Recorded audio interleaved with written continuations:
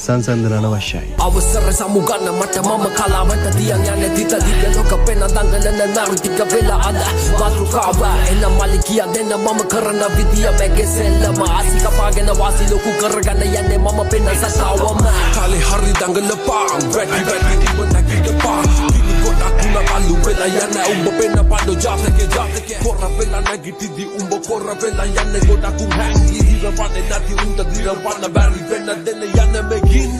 පුරපන්න බල